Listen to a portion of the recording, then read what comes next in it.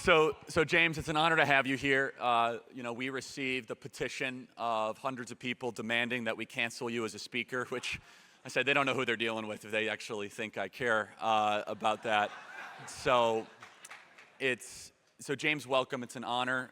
You and I have traveled the country together, done a lot of things together.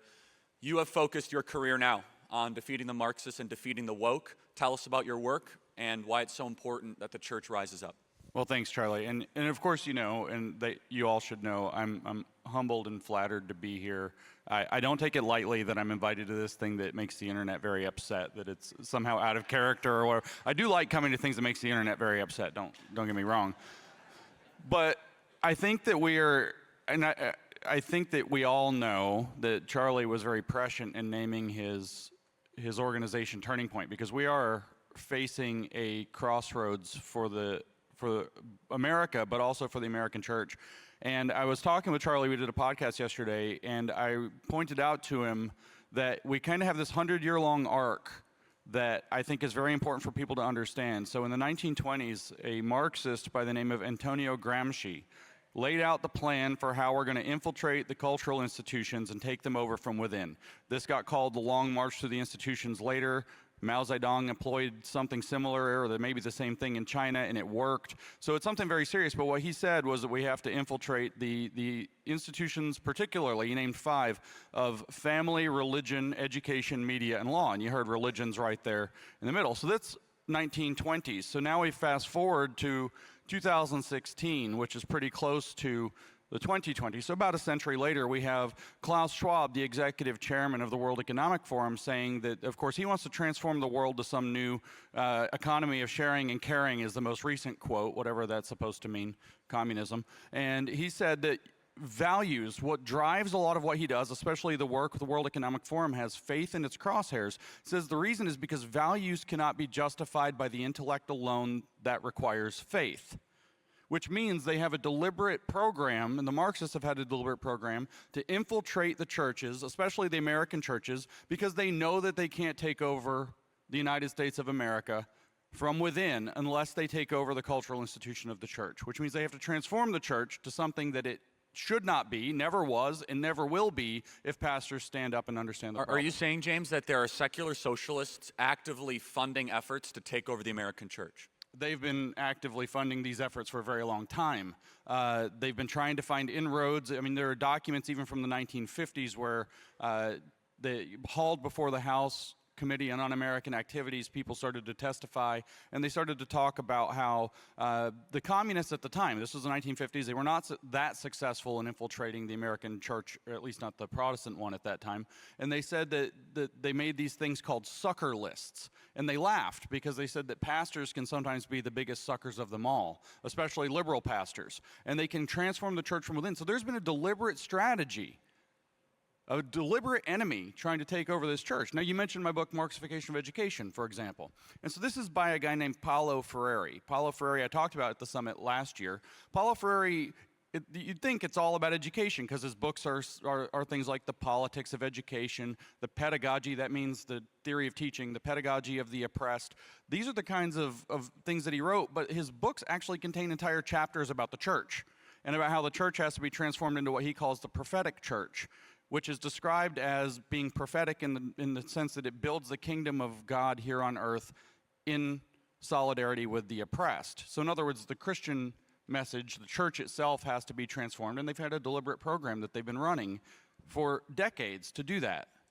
And part of the issue, James, that has surprised so many people, I'm sure in this room, is the church was not prepared for the kind of mandatory woke pressure that happened in the summer of 2020, right? Where you must now be demanding diversity. I know so many of you in this room, you've been confronted by congregants or board members, and they say, why is it that you don't have people on stage that look like me? Or why is it that you don't have more diversity? How many of you have probably heard this once or twice or 3? A lot of hands going up. James, where does this come from? Because this is not Christianity. This is something very dark. Well, I mean, it comes from Marxism. And so my work over the past maybe 4 to 5 years has been trying to get to the bottom of what Marxism really is about. And Marxism ultimately, in my opinion, and we talked about this some, we can chat about this if you want, I actually think it was a updating and replacement of the old Gnostic heresies. So the idea is that there's this secret knowledge, and that if we gain this secret knowledge, mankind can save himself from himself, more or less. We can elevate ourselves to the status, we shall be as gods. You mentioned Genesis 3 last night. Yeah, and we're going to talk about that. And just, James, I want you to slow down. The Gnostic heresies. Well, the Protestant church doesn't talk about that enough, honestly. What are the Gnostic heresies? So in the 1st and 2nd centuries, there were a number of heretical Christians who set up a bunch of heretical interpretations of Christianity and the gospel and the Bible. At the very bottom, what Gnosticism believes, and this will actually be a great segue to Marxism, believe it or not, because I think it's continuous. But what they actually believe at the bottom is that when we read Genesis and we read about the Creator, that what the Creator actually is a different character entirely. It is not the Almighty God. That they know this secret. It's a secret Gnostic belief that they have. It's a hidden knowledge. That there's actually a real God behind the character in Genesis that creates the world. The Creator in Greek is demiurgos. And so it's the demiurge is the word that they use for this. But the demiurge is actually, in the Gnostic faith, an evil demon that's sent to imprison man. And at first in Eden, and then after the snake comes, the serpent comes and tells Eve the truth about the world, imprisons him in the world to suffer all the iniquities. And so if you can gain this secret knowledge of the imprisonment of man, then you can set yourself free. Now, fast forward to from the 1st and 2nd century. So these are characters like the Sethian cult, the Manichaean cult. Some people have heard of these things, some people haven't. Valentinian cult is the most famous of them, that was put down by Irenaeus. These are things that some people have heard of. We fast forward, though, to say around 1800. And what we have is some people, some German theologians that are working there in the Swabian region of Germany, of southern Germany. And they have encountered these ideas because they picked up kind of a frisson of cool running through elite circles in Europe for a couple hundred years. A New Age movement took place in the end of the Middle Ages in Europe. A lot of people don't recognize this, but it was literally their New Age movement. But they're hip Enlightenment times modernists, and they're looking at the world through a modern, not a pre-modern lens. So they're no longer thinking, wow, well, the spirit that's actually animating the world is somehow this, transcendental thing. And they place it instead in social science. It's the social spirit, the Zeitgeist, or the spirit of the times, or the Weltgeist, the spirit of the world in the original German. And so what happens is they start to work out this whole Gnostic concept. But now, instead of the Holy Spirit being the Holy Spirit, it's the spirit of all the people moving the world around in trajectory through history. And we have to transform history to what it was intended to be by God, the kingdom of God on earth. And so it turns out that they recreated the entire Gnostic thing, but stuck it in what we would now call sociology and economics. Karl Marx comes along, and this is where it gets really important. And he says, actually, do you know who has this power that's like the demiurge, that imprisons the world and oppresses all the people to keep them from being like gods? Well, the gods are the bourgeois class, and they imprison the proletariat. And you get the entire recreation of the Gnostic heresy, but now with social science and economics being the tool. So now that we've slowed down and caught people up, what happens is with Marxism... Isn't he great, by the way? I mean, So Christians can recognize immediately then that this is satanic, very clearly, right? It is, the serpent was telling the truth. Okay, we know who we're dealing with now. And so what we're dealing with Marxism is Marx said, well, what has to happen, just like the Gnostics of old, is they have to awaken to a secret consciousness. He called this socialism. A secret consciousness of how the world works. This is how it actually works. Class consciousness is the first step toward socialist consciousness, is the first step toward true communism. What did he say? Awaken, woke. That's where the That's word right. woke comes from. Thank you, Charlie. Thank you. That's exactly what this is. And then he said what the proletariat, the oppressed, awakened oppressed need to do is seize the means of production. And for a century and a half, we have sat on our hands and not realized. We thought, oh, he means factories, he means farms. And technically he did. But for Marx, The reason that factories and farms and employment and all of these things mattered was because he believed economic conditions determine the character of man. So what he's actually saying is we need to seize the means by which man creates himself. And he's explicit on this in his writings in 1844.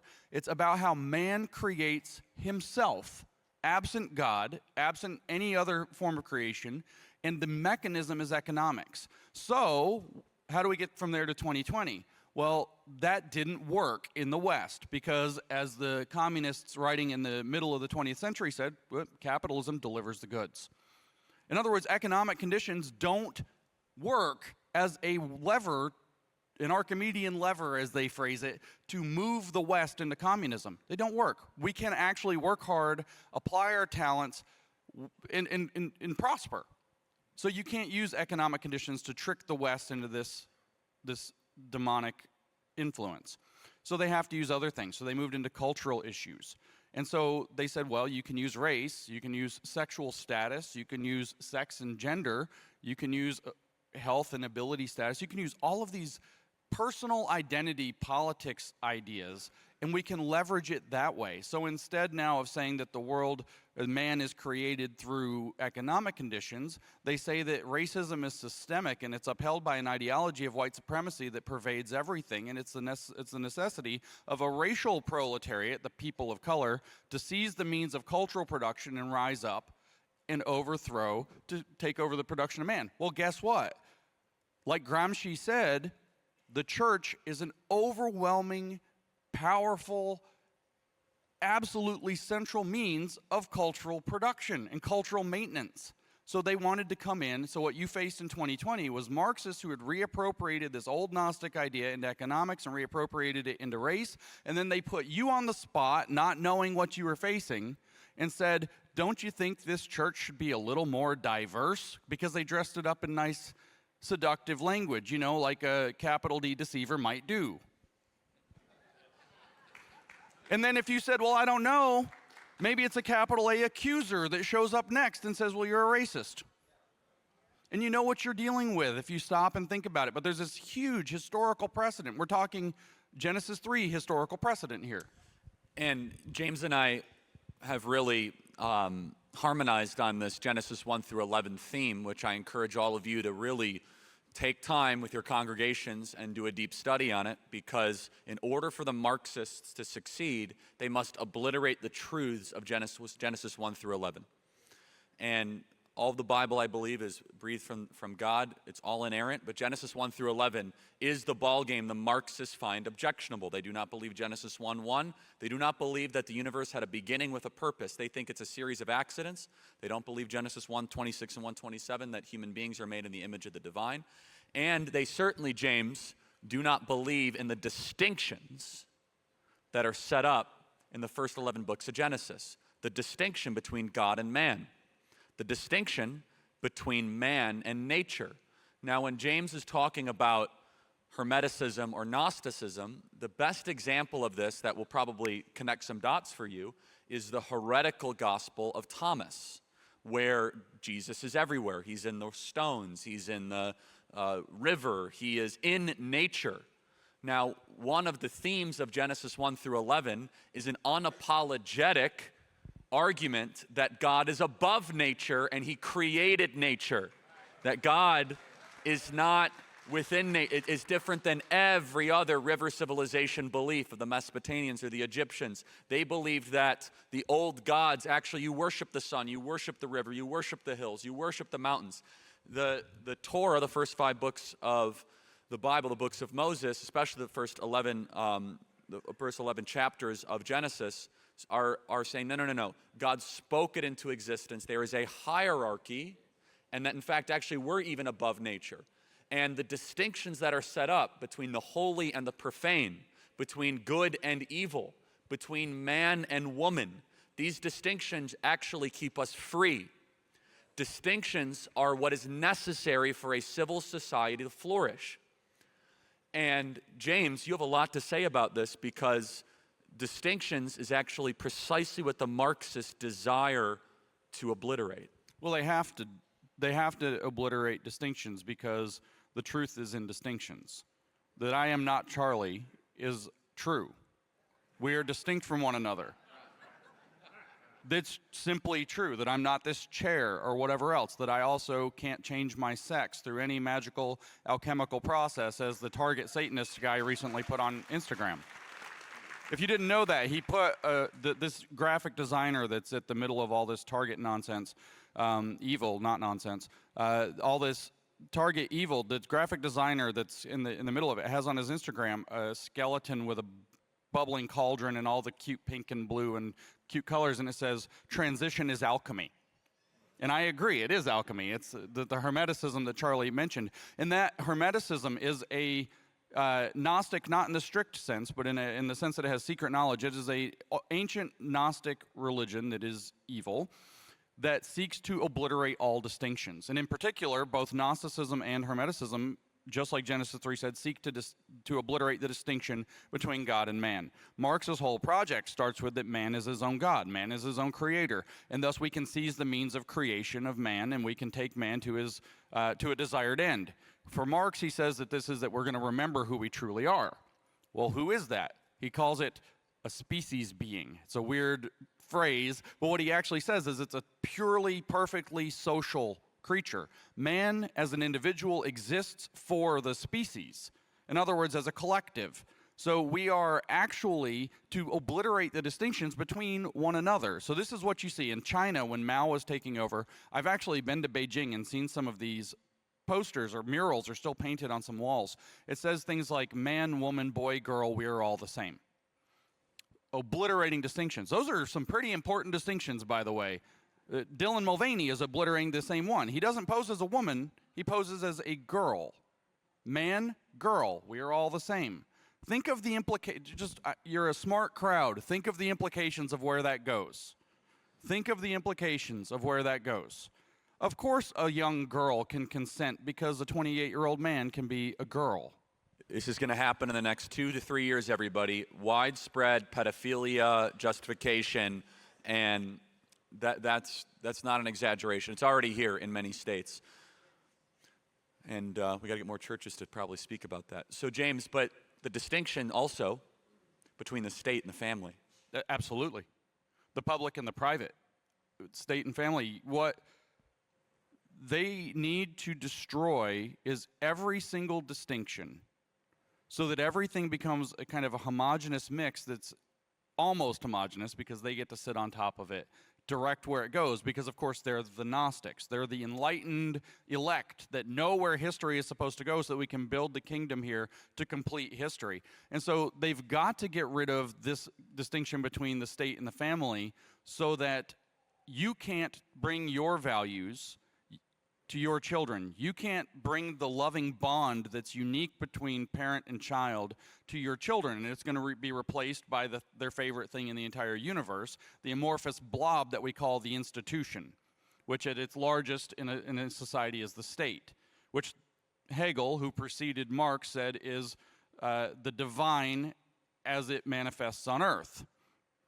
God as he exists on earth for this view is the state.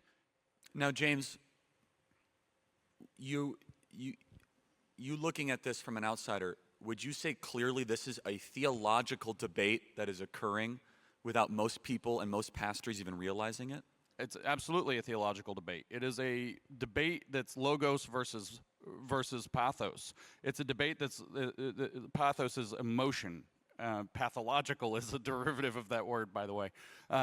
It's a debate of objective truth versus subjectivity, where subjectivity gets to rule. Now, these woke kids, by the way, think that their subjectivity, my lived experience, right? That's their subjective interpretation of, after the Marxists told them what their subjective interpretation is, of what they've experienced in their lives. That's what makes it lived experience instead of just regular experience, is that it's had interpretation added to it. They think that that's king. Let me clue them in. I know they're probably, well, some of them might be hate watching this, but let me clue them in. Their subjective experience, according to what Mao said, is there are different things you do in different phases of the revolution. Once these people take power, true power, their subjective interpretation doesn't matter anymore. So this is a theological debate about objective truth versus, this is the deepest theological debate about objective truth versus subjectivity. Because the people in charge are using the woke right now and their subjective feelings And then because it's subjective, once they get what they want, they can change what the subjective truths are that matter tomorrow. And then if they don't like those, they can change them next week. And if they don't like those, they can change them again. And this is exactly what history has taught us when these people take over. This is a theological debate, though, that also goes back, just like I mentioned, the 1st century and 2nd century Gnostics. This is the theological debate that the very heart, this is the very simplest thing, is can man be God? That is the debate. And you all know the answer.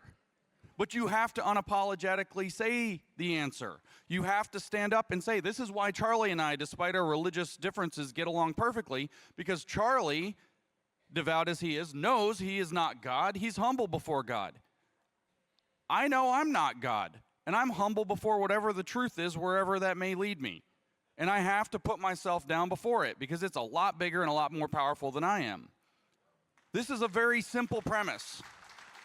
And as James and I joke around when we talk together, we all believe that there is a God and you are not him, right? The people in charge don't believe either of those things. And George Soros, on the record, 60 Minutes, 1992, was asked, what's your belief of God? He said, well, man created God. God did not create man.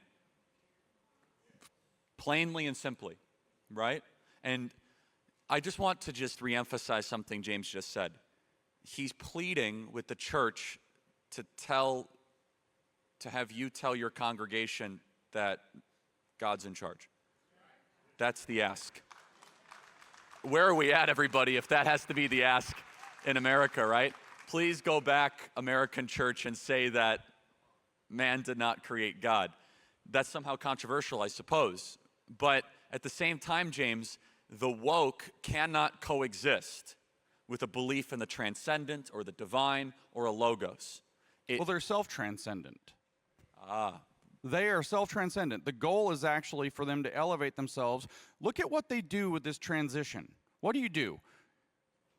A delusion comes into your mind. You decide that you're something that you're not, and then you go and try to create yourself into that, right? So you become the author of your own being.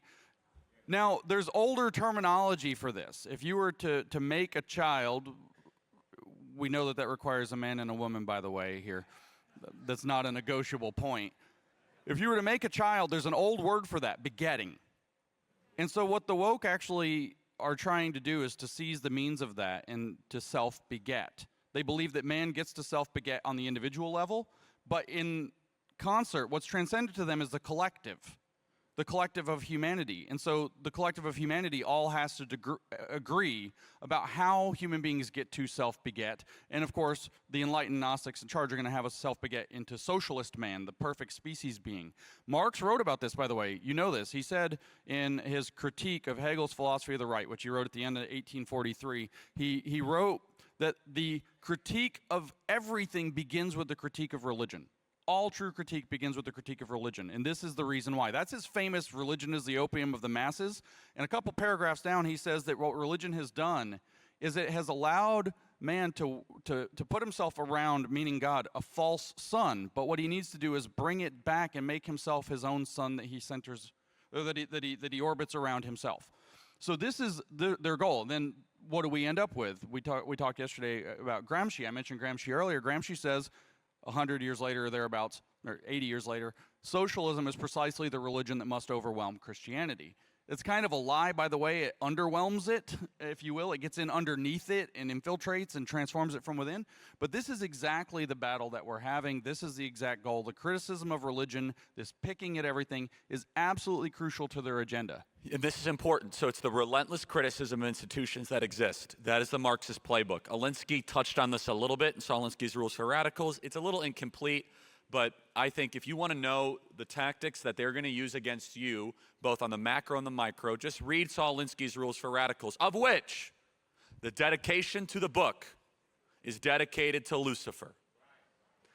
Hillary Clinton wrote her senior thesis. Barack Obama called him my mentor. Saul Alinsky, Chicago community organizer, wrote Rules for Radicals 13. 13 was deliberate, by the way. And I could just name some of them off for you right now. Make the enemy live up to their own book of rules. Keep the pressure on. Find a target. Personalize it. Polarize it. This is what they do every single day.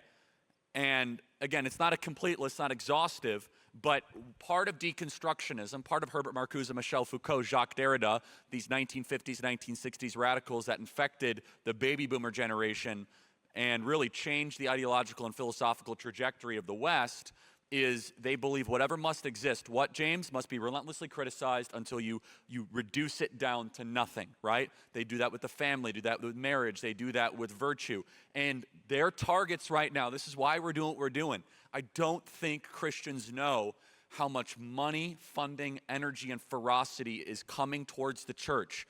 You might think that, oh, we're fine, we have a great church, 700 people, 800 people, 2,000 people. Okay, be careful, because that youth pastor that you might hire that might have went to Calvin College might be a wokey ready as a parasite to come take over your church. And so James, two things. Talk about the relentless criticism. Talk about how sometimes it just takes one wokey bacterial infection to take over a healthy body. So first thing I'm going to say, actually, is I don't get to do this often, so I'm going to relish the moment. I get to correct the brilliant Charlie Kirk. I get to correct you. The actual word he's not wrong, relentless criticism, all that exists, but the actual quote from Marx is ruthless criticism. Okay, forgive that's me, what they're going to everybody. do to All your... right. But I was close, though. But this is true. You need to understand how... This is a distinction. I'm holding you to your own rules. No, this is a... He's using a Lindsay on me. It's really great. This is an important distinction, though, because ruthless is their attitude. Ruthless is their attitude. Okay, and so that is exactly how they proceed. By the way, there's an update. If you want to go, you can find Saul Alinsky's Rules for Radicals online for free. You should read it. You should understand the tactics of the people trying to come after you. There's an updated version that's called Beautiful Trouble. It's a lovely graphic book online. It's beautifultrouble.org. If you want to understand their strategies and how they try to provoke you, what their principles are, a principle, for example, is your target's reaction is your real action. In other words, they're trying to provoke you all the time. Another principle, if we go back, whether it's Marcuse does it in 1972, whether it's Gramsci does it, whether you see it in Beautiful Trouble, the idea is that you're actually supposed to, and this is what you're asking me about, the infiltration of, you say, the parasite. And so in 2000, it's too bad we're not in Arizona for this. I love when we're actually in Phoenix for this. In 2014, there was a paper written, 16 maybe, there's a paper written at Arizona State University, which is why I love to do it in Phoenix, that's titled Women's Studies as a Virus. That's the title of this paper. And they explain that their strategy is actually modeled ideally off of the concept of a virus. And what they say is that you imagine that you have, they, for whatever reason, pick a male student, but you have a student learning women's studies as elective courses in colleges and universities, and they give the example, maybe he's majoring in biology, okay? And they say that the virus is the ideal metaphor. The examples of viruses that they compare themselves to in the favorable are AIDS, because it suppresses the immune system, Ebola, and SARS. They said also that viruses that cause cancer represent, and this is the word of the year, isn't it? True transformational change. And what they say is you take that student and you get him to take a few women's studies classes so he gets the ideology in him. And then when he graduates with his degree in biology and he goes off to a graduate student department, or he graduates and he goes off to a lab, he brings that and infects the new cell. Whether it's a new academic department, whether it's a laboratory, whether it's a workplace, this is not something the church is magically immune to. If there is no discernment, they understand perfectly well that if they were to say bring critical race theory and intersectionality, maybe even elements of queer theory into the seminaries and train up pastors and youth pastors in these ideologies while they get their otherwise maybe sound theological teaching, that they're going to be able to go get hired by churches and act as viral carriers, as disease vectors to bring the ideology into your church, into your community around your church. And this is so explicitly their strategy that not only have they written it down over many books, over many years, over an entire century, but they actually wrote a paper and said the best way to think of ourselves is as a virus that infects institutions. You know what they said about conservatives in that paper? There's a couple paragraphs. Conservatism, they said, is like the immune system. So that's why it's so important that we, and this is their words, that's why it's so important, they said, that we suppress it. Because most of the time, the disease might infect the host, and if the immune system doesn't work, then the host will die. But in this case, they don't explain how. By magic, hermetic magic, alchemy, transition is alchemy, you might suppose. They say, in this case, the disease will actually benefit itself and the host if the immune system is prevented from keeping it out. That is their mentality.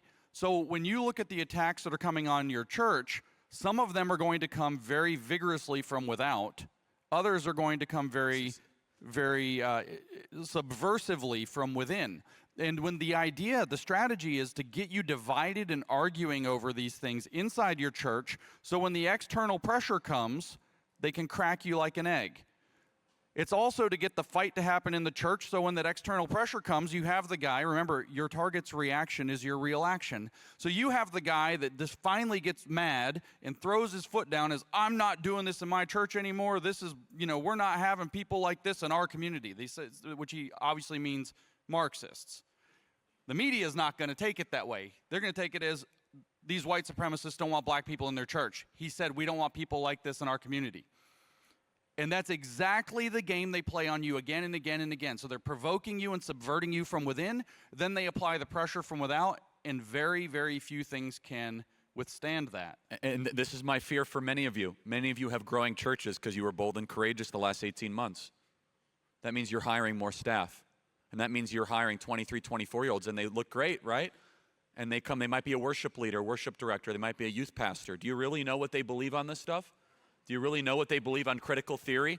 Are they going to be a group text message to all the other younger people and the singles ministry saying, oh yeah, that's Pastor Steve up there. He's just doing his thing again, as they're subterraneanly, because they're trained to do this like a virus, to deconstruct, to challenge. And you might say, oh, I got it under control. I could list you 30 pastors that lost their positions in the last year because they thought they had their church under control, and a board schism or a youth pastor or worship director, and they said, oh no, but we got to grow, more campuses.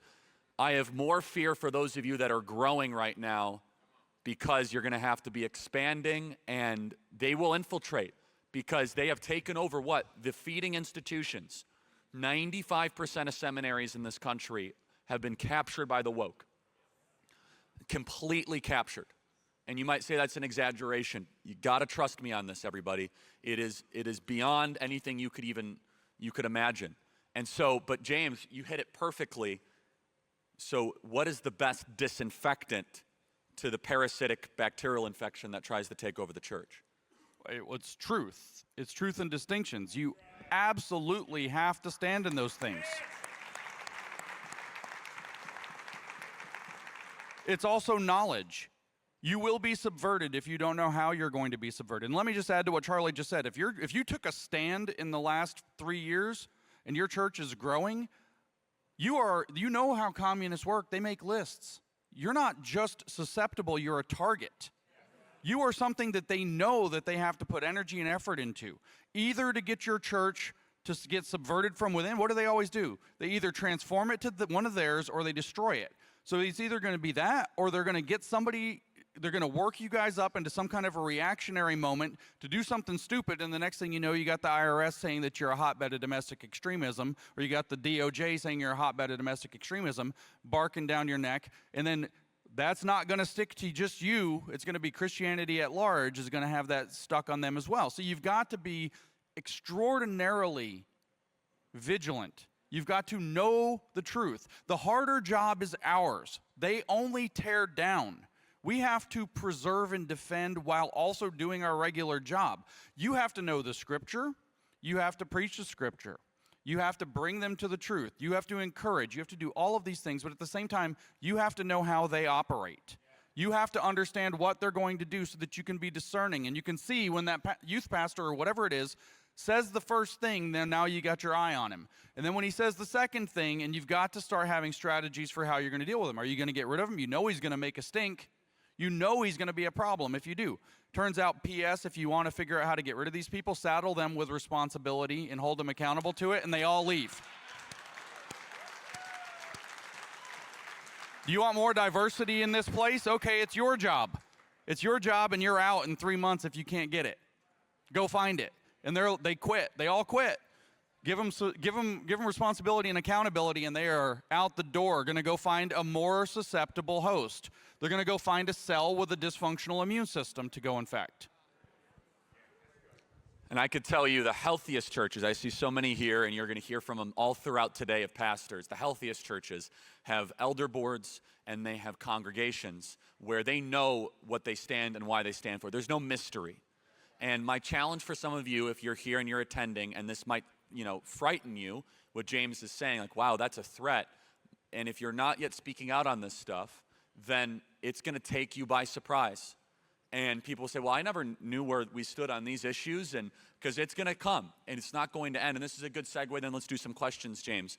We're about to enter Pride Month, right? Oh, yeah. And they're going to put you all on defense in Pride Month. This is what they do. Your reaction is what? It's their primary action. Is their primary action. So they're going to create fake and synthetic circumstances at some of your big churches, right, where they'll artificially bring a trans person, and they'll say, what's your reaction? And if you do not have a good way to respond to that, lovingly and truthfully, they'll film it and put it on the internet, and you'll have protests outside. If you think I'm kidding, this is how they operate. These are trained agitators and activists. And so James, Pride Month, I think, pride is a sin, reclaim the rainbow, we talked about that. Yeah. But you have an interesting theory that, and this is our last point, then we'll do some questions, that they actually want a drag Floyd situation. What do you mean by that? Yeah, I think that there's now, let me be very clear, because Media Matters and these guys go nuts every time I say this. Charlie and I talked about it at AmFest in December, and Media Matters had an article out before we got off stage. It was amazing. They were so upset. That's incredible turnover.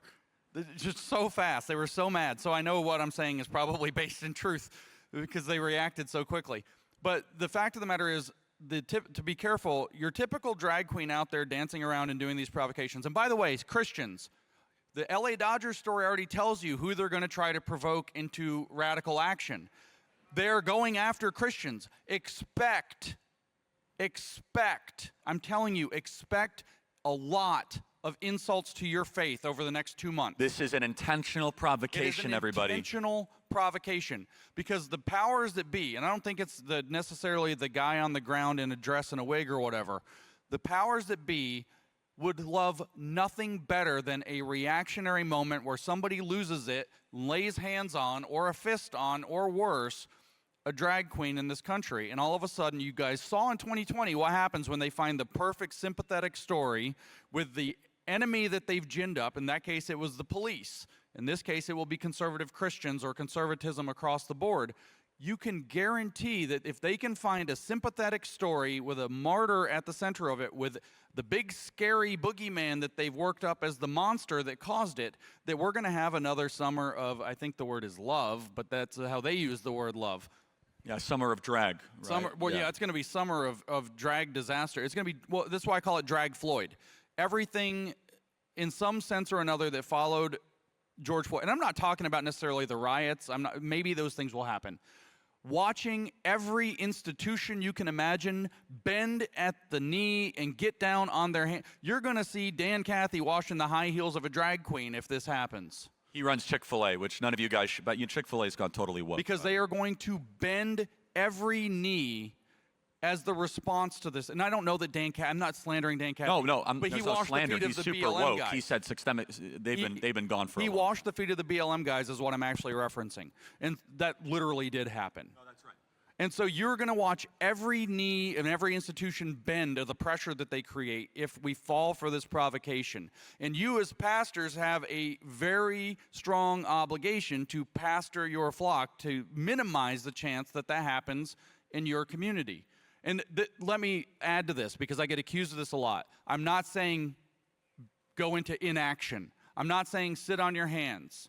I'm not saying anything like that at all. I'm saying that there is a difference between strategic action and the reaction they're trying to provoke. And if you have discernment and you can tell distinctions, you're going to figure out what that is. And you're going to take loving Christian action in response, not wild, provoked action. Like I told Charlie yesterday, these provocations are hideous.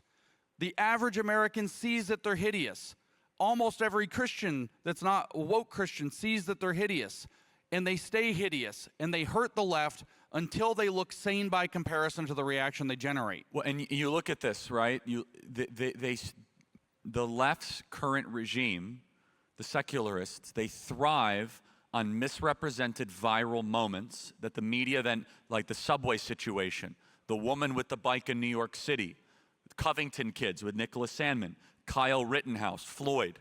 Realize you're living through a mass Operation Mockingbird intel agency creation to manipulate your emotions, the pathos against your logos to get you to do something out of fear, not of rationality or truth. How many of these viral moments do we have to see that are then configured, edited, add sound with before we realize that they're playing with us to try to change the society? So be ready for that in the next month. Okay, let's do some questions. You guys all know, just as a parallel, you guys all know that you're not going to go attack an abortion clinic to stop abortion. You're going to stand outside of it and pray. Why can't the protest, if there's going to be a protest at all for these, and maybe it's held at your church and not on site where something stupid could happen, or a provocateur or an embedded Fed or something could pull a false flag. There will be array ups at this drag stuff, everybody. Why not pray for them? Why not make it clear that you're praying for them? Peacefully. We're praying for these people to come back to peace, to come back to truth. We're praying for them to overcome the delusions of their minds. We're praying for their health and prosperity. We're praying for our country. These kinds of things, when you read that you should turn the other cheek, this is what is meant, if I might be so bold. You've insulted me here, go ahead. Insult some more, show everybody what a monster you are. And they lose when that happens. Beautiful. Let's do some questions. We have some mic runners. Well, let's get to as many as possible. And raise your hand if you have a question. So we will start here. Yes. Hello, my name is Robert Ewells, and James, I met you last year at the Pastors Conference, and thank you so much for what you're doing. I've probably listened to 300 hours of your New Discourses podcasts, and pastors, you need to listen to his New Discourses podcast every day, if not several times a week. You have helped me understand sincerely what's going on. My little church meets in a plaza, and we're 2 doors down from a gay bar. We have church service at 10 a.m. and 4 p.m., and their drag show contest starts around 5:30. So when we're getting out of church, there they are sometimes prancing through the parking lot. And you guys have so opened my eyes. One thing you really helped me with, because we do a lot of demonstrations, pro-life demonstrations, cultural warrior type demonstrations, would you please address darvo? Because you really helped me understand why they're trying to tick us off, and what they want is for us to lay one finger on them, and then it's us who will be in trouble. You just briefly introduced it a few minutes ago. If you talk about darvo and what that stands for, I think that would help everybody. Thank you. Thank you, Charlie. Well, thank you for that. Yeah, they have a number of tactics and strategies and tools that they use. One of them is this kind of provocation. They actually call it mid-level violence. They want to get you to either do nothing, which you cannot do, or to overreact, which you also cannot do, because they'll use it against you, because their real action is your reaction. And then if you react, DARVO is an acronym. This actually comes from abuser psychology. Like, how would if you had a domestic abuser, say a psychotic husband who's abusing his wife, and the wife says, "You're abusing me," he goes into what's called DARVO. It's an acronym. It stands for deny, attack, and reverse the roles of victim and offender. So this is what will happen to you if you react. They will deny that they did any kind of provocation.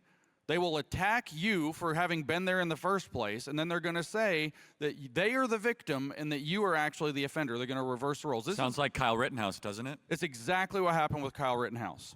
It's exactly what happens again and again, and it's exactly what will happen to you if there's a reaction. So, if you're in the situation of this kind, again, the provocation is there. They have the upper ground. If you walk out and either completely indifferent, like it's not happening, or you just keep your head down and pray, or you pray in a small vigil or whatever, these things are very, very powerful, not passive actions. I don't know what the right word is for this. Passive resistance actions that make them look foolish.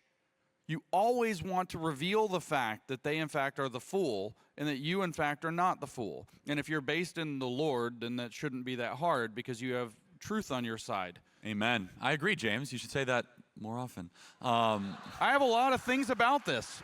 Let me give you another one because this comes up. Sorry, but I don't want to. This comes up a lot. A lot of people are very discouraged. They're like, I hear this every day. James, it's too late. James, it's too late. And you know what? How much I love if it's a Christian who says, when other people say it, I've got to have this whole like thing.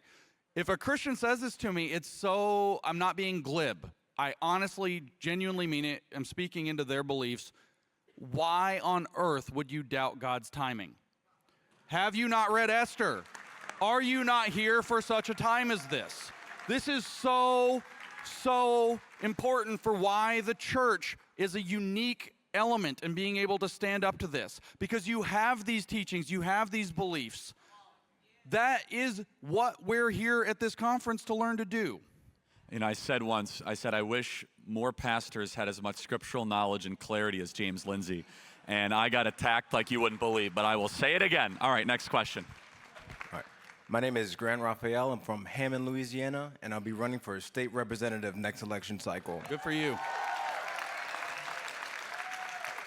And I also wanted to say I'm part of an organization called Louisiana Family Forum. And so what we do in Louisiana, we bring a bunch of pastors to the Capitol. We kind of show them the process of how bills are made, how they're voted on. We introduce people to your legislators, your senators, your representatives on the local districts.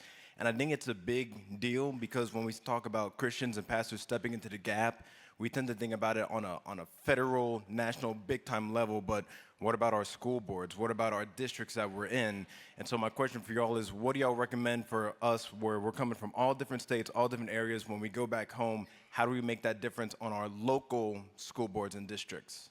Well, that's awesome. Thank you for that question. Thank you for running to serve your community. And that's something people can do, is they can start thinking about serving the community. You actually already said, I belong to this organization. These organizations can be started. You might be the one that plants the organization. And then I say this all over. I don't usually say this for pastor groups or whatever, but I say this to political type people and to moms. I work with Moms for Liberty a lot, for example, and I tell them, what do average moms do? What do average pastors do? You know, I said earlier that you have to learn kind of how the woke think. Read Rules for Radicals. Read Beautiful Trouble. Read some of their theories. See what's in their head. Understand their mentality. You need to learn to read legislation. You can't hold your lawmakers accountable. You can't bring your biblical view to the state house if you don't know how to read legislation. It's legalese. You can learn how to read it, or somebody can. You guys meet for Bible studies in small groups. You can meet and study the founding documents of the United States. You can meet and study the founding documents of your state. These are actual civic duties. There's no reason why you can't have a book club that focuses on the Declaration of Independence next week, for example. Or not just at your Bible study, let's turn around and let's read the Constitution a little bit at the end and just see, maybe you separate the two, whatever you do.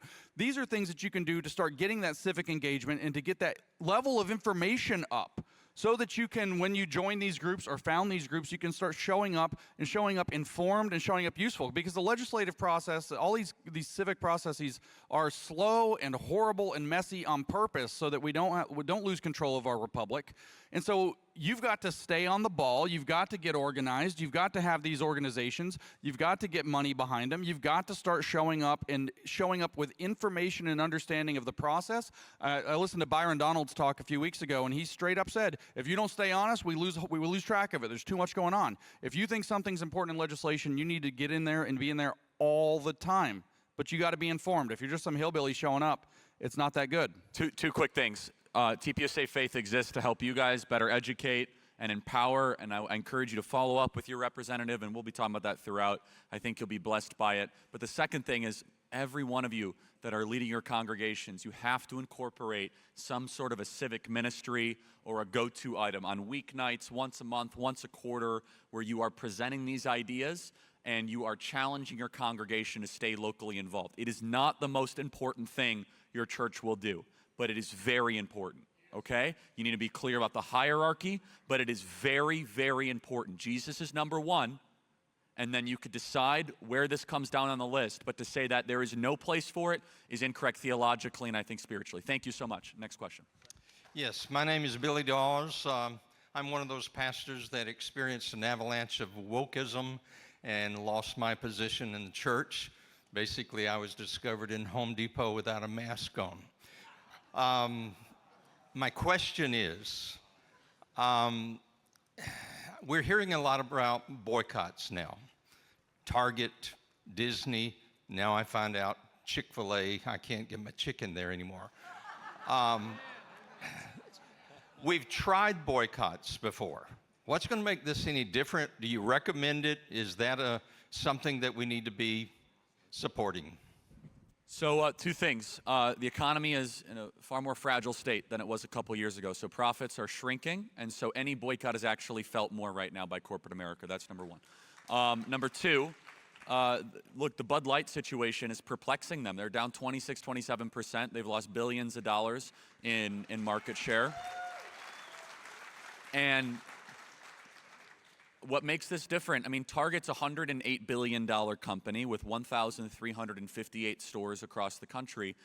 They're holding emergency meetings. They never should have said that, because now all of a sudden we're like, now there's blood in the water. Now we realize that we can go after you. And I'll be honest, what's different, and two things are different. I think that the attitude, the spirit, the ethos, and the vigor of decent, ordinary people is we are just so fed up and we're finally willing to draw a line. I really see that.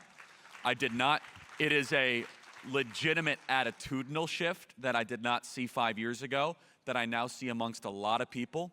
And the second part of this that I think is really important is that it involves children, and there's a much more tribal reaction when it involves children, which I fully support, by the way. Where if you're going to, and James can riff on this for a second, I think he should, it is not a mistake, it is a strategy with precision to go after the grooming of children.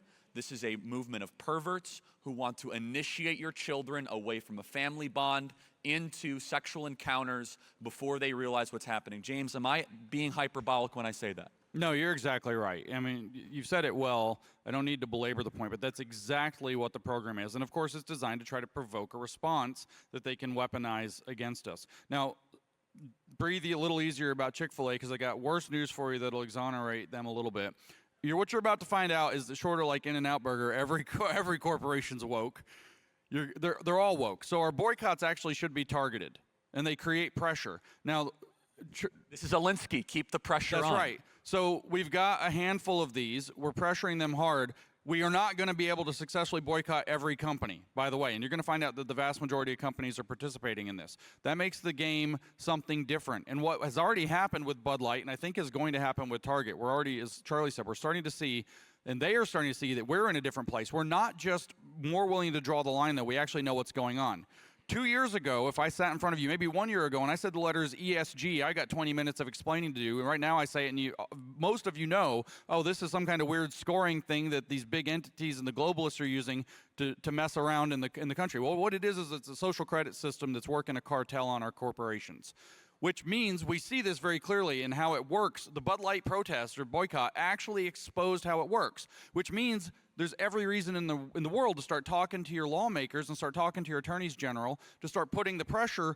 Get these executives. Why did you do this? See if you can get them to talk. We are actually moving up the chain to be able to break the system that they are using. Our corporations, some of them, I want to bring you a perspective shift. You think that your corporation betrayed you. I want you to imagine that you got a 15-year-old son, and you live in a neighborhood in 1984 or something like this in New York City, and it's run by a heroin dealer, and the dealer knocks on your door and says, your boy is going to go sell this for me. That's the position most of these corporations are in. They are held hostage to a cartel logic. We want to release, to free up, I don't want to use the word liberate, American productivity and growth again. We want to break the cartel. So if we put pressure on Anheuser-Busch, and Anheuser-Busch happens to lose its little score, all of a sudden its corporate equality index score and its ESG rating, all of a sudden Senator Cruz can haul them in front of the Senate like he wants to and start asking pointed questions that reveal the whole scam. So we are in a different knowledge position, not just a different cultural attitude, which means that we can act not just reaction, but with smart strategic action that might end this thing. And it's a very different place to be. But you can have your chicken, they're all woke. Find positive alternatives at publicsq.com, Public Square app. Every one of you should download the Public Square app. They have tens of thousands. It's a business directory of Christian patriotic businesses. It's publicsq.com. Download the app. It is free. They're growing like crazy. They vet the companies. The guy behind it's a dear friend. He's a believer. He actually goes to Pastor Jurgen's church. who's here somewhere, publicsq.com. Okay, this will probably be the final question because I'm going to try to stay on time. My name's Chad Green. I'm a school board trustee at McKinney ISD in the state of Texas. The only constitutionalist on the board.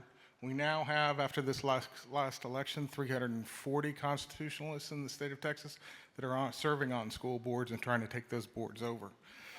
So your staff member asked me to announce this. We just in the last 30 hours passed the chaplains bill in the state of Texas. It is going and committed by the governor to be signed. We will have chaplains in every elementary school, middle school, and high school in the state of Texas.